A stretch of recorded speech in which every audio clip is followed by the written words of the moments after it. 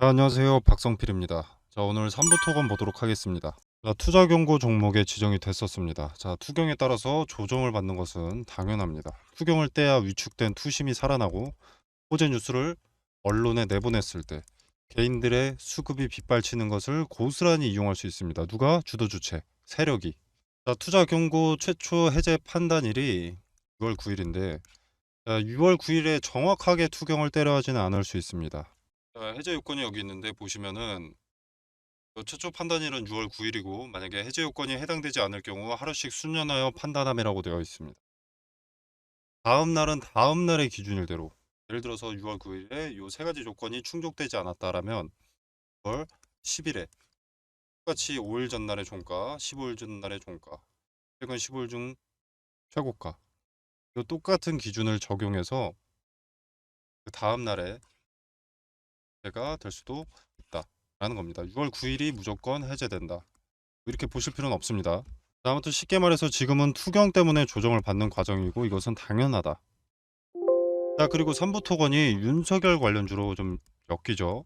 자, 네이버에 이렇게 삼부토건 윤석열이라고만 쳐도 상당히 많은 기사가 나옵니다. 기사 보시면 뭐 가까운 사이로 알려진 조남욱 전 삼부토건 회장 그 둘째 아들 말이 뭐 공개된 적이 있다라고 해가지고 뭐 윤석열 대통령 검사 시절에 삼부토건의 검찰 수사를 매번 봐줬다 뭐 이런 겁니다.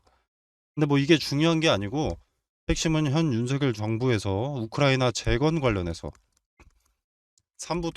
삼부토건과 인연이 있다면 삼부토건을 밀어줄 가능성이 높다라는 거죠.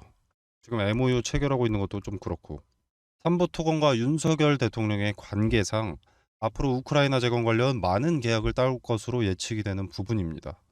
정황상 호재가 예정되어 있다라고 봐야겠죠. 주가를 만들어내는 것은 많은 자금을 확보하고 있는 주체의 세력이지만 재건 관련해서 계속 호재 뉴스가 뜬다면 매도할 이유가 없어 보입니다. 자, 근데 중요한 것은 재건이라는 것에 대해서 윤석열 정부 수혜로 계약을 따올 수는 있겠지만 재건이 시작되는 것, 즉 재료가 기업의 이익에 반영되기 시작하는 건 종전 이후입니다. 전쟁부터 끝나야 되는 거죠. 전쟁이 끝날 기미는 전혀 보이지 않습니다. 전쟁을 일으킨 러시아는 현재 얻은 게 없죠. 이런 것만 수십 가지, 수백 가지죠. 우크라이나의 나토 가입을 막기 위한 전쟁이었으나 중립을 지키던 핀란드와 스웨덴이 러우 전쟁을 보고 나서 나토 가입국이 되어버렸습니다. 그리고 러시아의 지하 자원을 수입하던 유럽들이 보이콧을 선언하면서 수출에도 지장이 생겼습니다. 그리고 전쟁으로 소비되는 자금도 크고요. 스위프트 시스템,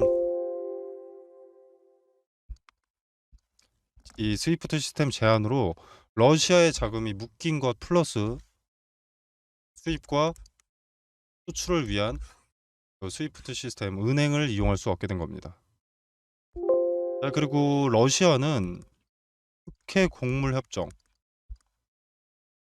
우크라이나가 곡물을 수출할 수 있도록 흑해 곡물 협정을 맺었었는데 1, 2, 3차를 맺었죠.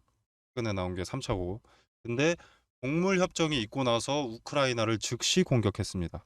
1, 2, 3차 전부요. 자, 심지어 오늘 나온 뉴스에서는 러시아가 7월 흑해 곡물 협정 파기를 시사했다. 우크라이나 곡물 수출 항구를 막았다.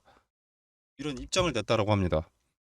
이 요구는 전에 말씀드렸던 그 스위프트 거래 재개고요. 즉 종전은 보이지도 않고 우크라이나 재건은 한참 나중의 일이라는 겁니다. 자, 이거 무슨 말입니까? 그 긴 기간 동안 우크라이나 재건 기대감에 주가가 높은 자리를 유지해 줄 이유가 없습니다.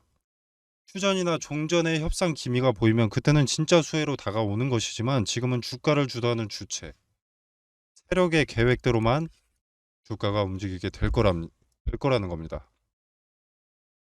자, 즉 지금은 투자 경고에 따라서 기간 조정과 가격 조정이 동반되는 시점이고 현재 기대감을 우크라이나 재건 사업에 대한 기대감을 도구로 사용할 세력의 흔적을 찾는 것이 우선이라는 겁니다. 우크라이나 재건 기사를 찾을 게 아니라. 썸버터거는 윤석열 관련주로 재건 사업 기대감은 분명히 있고 분명히 수혜를 받을 것으로 예측이 되지만 먼 나중에 이르기 때문에 일단은 지금 기대감이 반영되고 있을 때 여기서 고수익을 챙기고 종전의 기미가 보이면 그때 다시 진입하면 되는 겁니다. 넣어놓고 가만히 있으면 식당에서 세력들 밥 갖다 주려고 대신 줄 서 있는 것과 같습니다. 심지어 여러분의 피 같은 돈으로. 가장 많은 물량을 확보하고 있고 가장 많은 자금을 투입하는 주가를 주도하는 주체의 의도를 어디서 할 수 있느냐? 투경 해제 여부. 그리고 최초 판단일 있죠. 6월 9일. 이때 만들어 놓는 주가에 따라서 파악할 수가 있게 됩니다. 자, 일단 해제 요건에 대해서 한번 말씀을 드리면 일단 판단일은 최초 판단일은 6월 9일이고요. 자, 첫 번째 조건 6월 1일입니다. 5일 전날이. 두 번째 조건 15일 전날 5월 17일. 세 번째 조건은 5월 17일부터 6월 9일까지의 종가 중 최고가느냐 이거입니다. 자, 그래서 계산을 한번 해보면 자, 첫 번째 조건 6월 1일 아직 6월 1일이 나오지 않았죠. 금일 날짜가 5월 26일로 아직 몇 거래일 남았습니다. 자, 그래서 예시를 들자면 만약에 6월 1일의 종가가 1,000원이다 라고 가정을 했을 때 6월 9일의 종가가 1,600원이 되면 안 되는 겁니다. 10% 이상 상승하면 안 되니까. 자, 그리고 두 번째 조건 5월 17일의 종가 이건 나와 있죠. 5월 17일이면 그날입니다. 1,039원이니까 이때보다 100%가 증가하면 안 됩니다. 즉 1,078원 이하여야 되는 거죠. 그리고 세 번째 조건은 6월 9일에 이 5월 17일부터 5월 9일 중 종가가 최고가만 아니면 됩니다. 그러면 투자 경고가 해제가 되는 거죠. 자, 아직 투경에 지정된 지 얼마 되지 않아서 명확하게 말씀드릴 수가 없습니다만 해당 종가들이 하나씩 나올 때마다 매일매일의 분봉에는 힌트가 담겨 있습니다. 최초 판단일에 투경이 해제되건 안 되건 분봉상 어느 자리에 거래가 많이 실렸고 거래가 많이 실린 자리의 가격대를 보면 윤곽이 잡히는 겁니다. 상단에 보이시는 전화번호 010-2764-3885번으로 3부 토건이라고 문자 메시지를 남겨 놓으시면 무슨 근거로 투경에 따라서 주가가 움직일 수 있다라고 하는지 자세한 설명과 차트상 세력의 흔적 세세하게 말씀드리도록 하겠고요. 그래서 그 자료를 토대로 여러분이 얼마에 매수를 해야 되고 얼마에 매도를 해야 되는지 깔끔 명료하게 말씀드리도록 하겠습니다. 자, 그리고 3부 토건 대응 전략 설명드리고요. 대응하신 뒤에 어떤 종목을 매수해야 되는지 물어보시는 분들이 상당히 많습니다.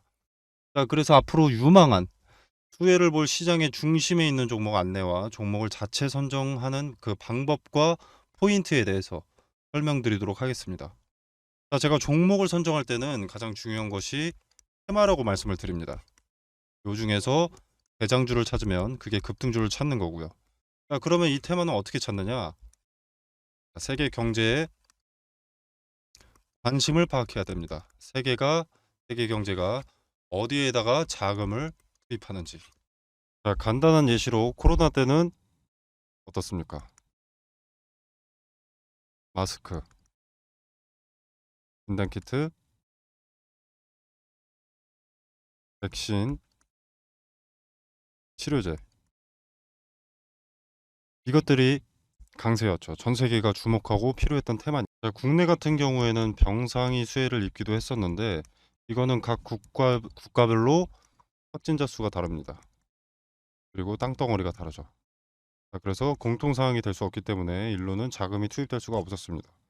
코로나 때는 요 마스크, 진단키트, 백신, 치료제가 전 세계가 필요로 했던 것이기 때문에 요 네 가지의 수급이 올릴 수밖에 없었던 거죠. 자, 그리고 다른 예시를 하나 들어보겠습니다. 자, 우리 러시아와 우크라이나가 전쟁이 났을 때 이때는 일단 곡물과 사료에 수급이 몰렸는데 일단 러시아와 우크라이나가 곡창지대입니다. 곡창지대인 두 국가가 전쟁을 해버리니까 곡물 수출이 나가야 되는데 수출 길이 막혀버린 거죠. 그래서 곡물과 사료값의 상승으로 이어졌고 이 곡물과 사료값의 상승은 우리의 필수 소비재인 식자재 값의 상승으로 이어졌습니다. 전쟁이 우리 같은 일개 국민 한 명의 일상에까지 침범하기 시작한 겁니다. 자, 그리고 값이 오른다는 것은 뭡니까? 관련 수혜주의 이익이 증가한다는 것이죠. 자, 예를 들어서 수혜주가 A라는 상품을 기존에 100원에 팔았다. 자, 그럼 이 100원도 마진이 남으니까 이렇게 파는 걸 텐데 만약에 예를 들어서 400원이 됐다. 그러면 4배나 오르는 거죠. 자, 이렇게 이익이 오른다는 것은 뭡니까? 자, 뭐 파이프라인 확장으로 뭐 재료가 추가된다 라거나 또는 수요를 맞추기 위한 공급을 위한 뭐 증설 또는 뭐 토지 매입, 이것도 재료 추가죠.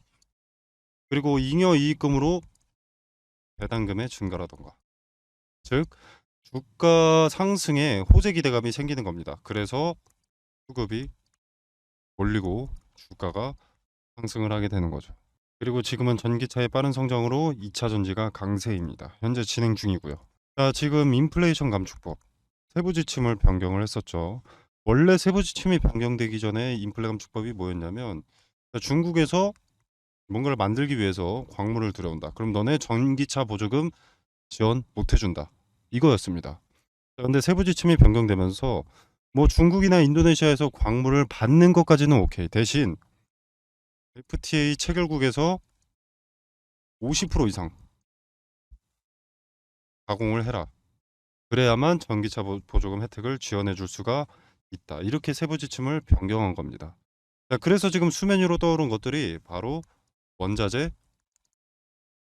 가공 기업들이죠. 대표적인 수혜주이기 때문에. 자, 그래서 2차 전지의 구성을 일단 보면 대표적으로 양극재, 음극재, 전해질, 경박, 분리막 뭐 이렇게 있습니다.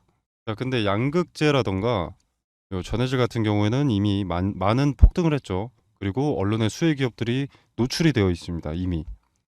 인플레 감축법 세부 지침이 처음 변경됐을 때 대부분의 투자자들이 무슨 생각을 했냐면, 그러면 당장은 2차 전지, 그중에서 비중이 높은 양극재의 핵심 광물 리튬이 강세니까 리튬 가공업체가 수혜를 보겠구나 하면서 리튬 관련주만 좀 부각이 됐었지만, 요 음극재라던가 동박, 분리막은 관심을 못 받고 있습니다. 여기서 누가 대장주인지만 찾아내면 양극재를 제외한 음극재, 동박, 분리막은 먹을 게 차고 넘친다라는 거죠. 2차 전지는 양극재만 있다고 되는 것이 아니기 때문에 인플레 감축법에 뒤늦게라도 수혜를 보게 된다라는 겁니다. 자, 그리고 최근에 일부 증권사들에서 2차 전지에서 수급이 이동될 것이다. 제약바이오라던가 로봇, AI, 반도체 일로 수급이 이동될 것이다. 이런 얘기들을 좀 하고 있는데, 일단 전 세계적으로 2차 전지에는 수백조 단위의 투자가 진행이 됐습니다. 앞으로도 수백조가 넘는 규모의 투자가 예정이 되어 있고요. 자, 무슨 말입니까? 제약바이오로 수급이 옮겼다. 로봇, AI, 반도체로 수급이 이동됐다라고 하더라도 이미 투입된 자금이 너무 크기 때문에 단기간 내에 로봇, AI, 반도체로 수급이 다시 몰릴 수밖에 없다라는 겁니다. 자, 이때도 양극재만 그리고 전해질만 관심을 받게 될까요? 그 두 가지가 2차 전지의 전부가 아닌데. 자, 종목은 이런 식으로 찾는 겁니다. 미리 많은 물량을 확보한다면 큰 돈이 되는 거죠. 자, 그리고 지금 미국의 인플레이션 감축법 때문에 주가가 이렇게 움직이는데, 유럽의 핵심 원자재법, 이것도 당연히 주식시장을 뒤흔들 핵심 내용이 됩니다. 자, 기존의 2차 전지 점유율 전 세계 1위가 중국 기업 CATL입니다.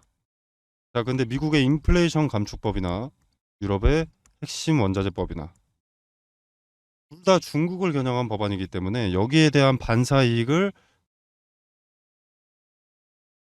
국내 기업이 받게 된다는 겁니다. 한국 기업에게는 다시 없을 기회가 되는 거죠.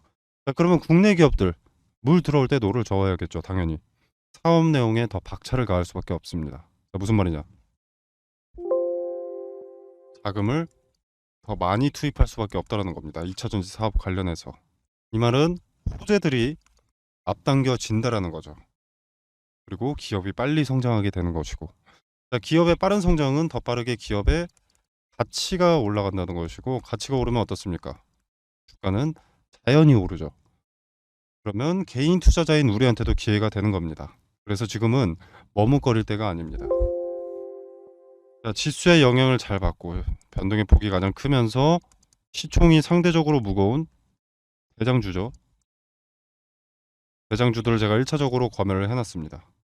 그리고 기업의 재무상 혹시라도 나중에라도 악재가 반영될 것이 있는지를 확인을 해놨습니다. 그리고 뭐 전환사채나 신주인수권 부사채로 장난치는 기업인지 파악을 해뒀고요. 최대 주주들의 과거 이력에 대해서도 좀 조사를 해뒀습니다. 그리고 인플레 감축법의 수혜를 받기 위해서는 국내에서 가공하는 기업이면 전혀 상관이 없는데, 만약에 주거래 업체한테 가공을 받아서 온다라고 하면은 FTA 체결국인가, 이것도 중요하기 때문에 이 부분까지도 체크를 해뒀습니다. 자, 전 세계 시장에 관심을 받고 있는 대한민국의 2차 전지 기업 수혜 종목 공유드리도록 하겠습니다. 상단에 010-2764-3885번으로 종목이라고 두 글자만 문자 메시지로 보내주시면 됩니다. 그럼 제가 체크해 놓은 이 종목 리스트, 2차 전지 후발 수혜 종목 리스트 보내드리도록 하고요. 제가 수혜 종목 공유 드리는 게 돈 받자고 하는 것이 아닙니다. 그리고 여러분한테 수혜 종목에 대해서 매수가나 매도가를 따로 말씀드리는 것도 아니고요. 그냥 정말로 움직이는지 지켜만 보셔도 됩니다. 매수하고 안 하고는 여러분의 자유지만 종목을 선정하는 방식이라도 조금 알아가셨으면 하는 바람입니다. 그래서 그저 지켜만 보시더라도 어떤 방식으로 종목을 선정했는지, 왜 이 종목을 선정했고, 종목 선정 전에는 어떤 것을 체크했는지 다 세세하게 말씀드리니까 한번 지켜라도 보시길 바라겠습니다. 자, 오늘 준비한 영상은 여기까지고요. 여러분의 성공 투자를 기원하면서 마무리하도록 하겠습니다. 감사합니다.